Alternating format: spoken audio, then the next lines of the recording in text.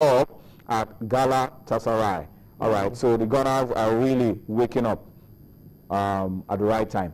It's time for us to go on a quick break now. When we return from the break, we'll spend some time to talk about 2014 COPA Lagos.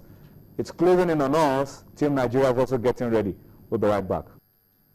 All right, thank you for staying with us. And before we go on to some other stories, of course, from around COPA Lagos, and of course, continue to update you with the results of games being played in the UEFA Champions League. Let's just quickly go back to the Aruna Quadri issue. My producer says we now have how you can go on and vote for him, and that's it on your screen. It's looking very beautiful now. To vote for Aruna Quadri, you just go on to that website, iwtfstarawards.com. Once you open that website, it takes you to a portal where you see 3 nominations. One for the Male Star Award, and then another one for the Star Point. I mean, it looks like it's the most magical points you won during a game for that one. And then there's another category for women. Make sure you see those videos and you vote on those 3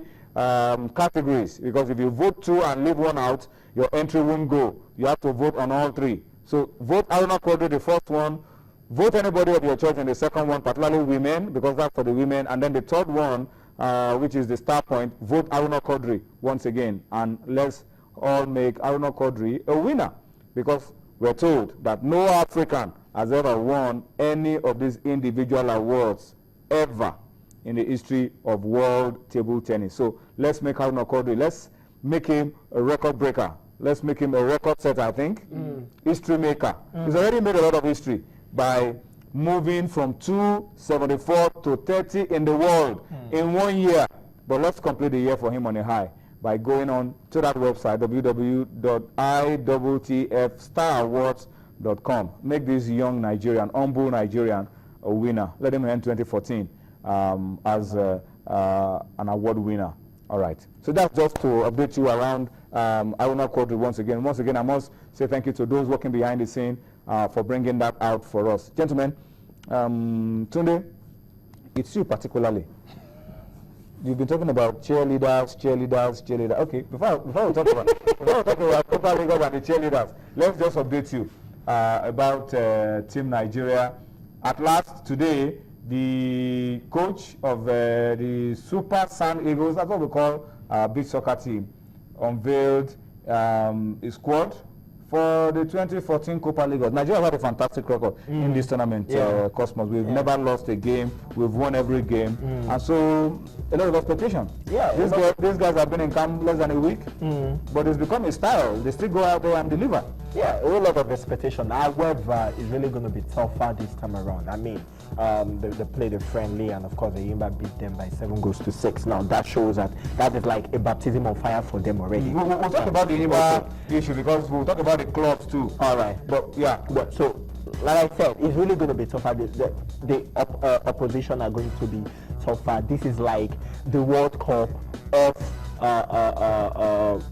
sand beach football in Africa. I mean, this is like the biggest when it comes to because this time, the African qualifiers, the African Championship. Well, the African Championship, but this is a yearly thing. This is an annual This thing. one, for the first time, is all African teams coming to play. The national team, Ghana, Cote d'Ivoire, and Senegal. And it's not going to be easy. It's not going to be Senegal have beaten us before, Cote d'Ivoire have beaten us before. Exactly. And so we really need to have a rival with Ghana that involves round leather game. Apart from, even if 2 cockroaches, as long as a Ghanaian cockroach and a Nigerian cockroach,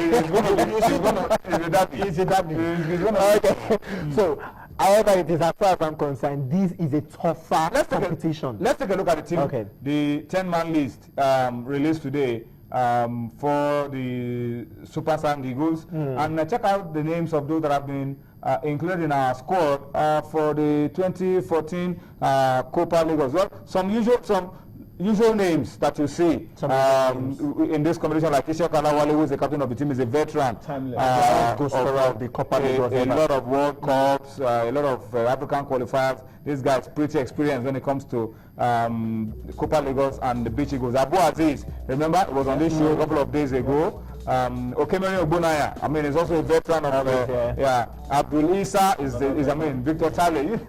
These are household names. Babatunde Badmus, Emmanuel Uwe Feria, Musa Najari is joining the team for the first time.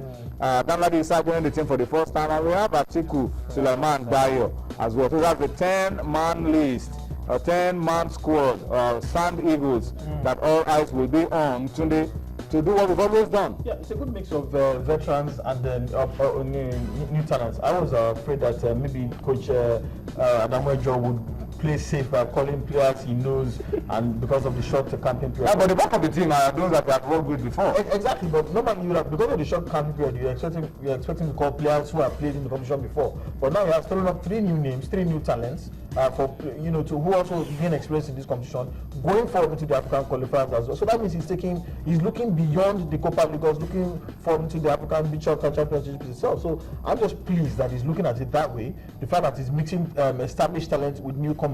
They bring a different perspective to the game. They bring spirit, they bring hunger, they bring drive, things that are not particularly missing in this team, but they bring it in greater abundance because they've never been here before. So I'm particularly pleased with the composition of the team, and I hope that they can do, follow in the footsteps of their predecessors and possibly capture the trophy. Let's talk about that issue that you talked about. Apart from the national teams in Copa Lagos, for the first time, we're going to be having clubs as well. Today, we saw the Enyimba SAM team beating the Super Sand Eagles 7-6. I mean, it shows that we should expect a lot more from the clubs as well. Yeah, that is what I'm talking about. I wanted to say that some of the players, the new guys that are in the team, are a product of the league that has started. So as far as the beach league that has started, especially in Lagos State, exactly, there's a structure, and it will really help us in the long run. Well, what am I talking about? In the short run, because of course players will be taken from this league. As far as I'm concerned, Enyimba, they did well. This is like a different terrain for them, and it's good. Of course, we'll be having Barcelona as well in the Pepsi Academy team and all that. So, Associational Stars of Lagos, exactly. Traditional Club of Lagos. Now, this is quite different from the sort of football that they play on a green, on a grass pitch or on a synthetic pitch. Now, this is like on sand, and it's quite different, and I'm happy that Nigeria is catching the fire of diverting from the normal kind of football that we play to playing football on the beach. I mean, it will really help us pretty much soon. So it's a good one. Enyimba beating the Sand Eagles, and as far as I'm concerned, that's like a reality check, because we probably want to think, okay, we've won the Copa Lagos 3 times in a row, so we can as well win it 4 times in a row. But then Enyimba's really strong. Look at the crowd. Exactly. It's a really great. I mean, very passionate fans. Exactly. It's because the football is very exciting. It's not what they're particularly used to. The skills are different. There are more goals scored per game than in a normal football match. Exactly. And it's really, and of course, it does have. It also helps that there's music, there's dance, cheerleading that you like. Yeah, of course, cheerleaders as well. So there's so much for everyone, and that makes it a real fun event that a lot of people look forward to. It's a major mainstay of Lagos social calendar, especially in Exactly. So I'm just very pleased that they've taken it a notch higher. Before it used to be just national teams. Now we have club side. So you now get to watch 8 great teams instead of 4 great teams. And I'm just pleased that the organizers just keep keep raising it. I mean, every year it gets better. Every year they bring a new thing, new innovation, and for goodness sake, sometimes I wonder, why are they not running sport administration in Nigeria? I'm just saying, sorry. Well, nobody's going to... Yeah, but no, look at the organization. I mean, the organization is top-notch. It's different, but at least they're bringing in money into it. You need to look at the business side of it, man. They have sponsors, good sponsors. They have good sponsors as well. That's what I'm saying, that they should run sports in Nigeria. Whether you are advising them to run sports or to focus on their beach soccer or not. I mean, everything. I overrule you, because we want to spend some time now to read some of the tweets we have before we go back to update you with the Champions League. But gentlemen, Abiodun Olaolu at Abiodun sings, but the way he spells, I mean, all of these is unique. On Twitter, you see all kinds of spelling.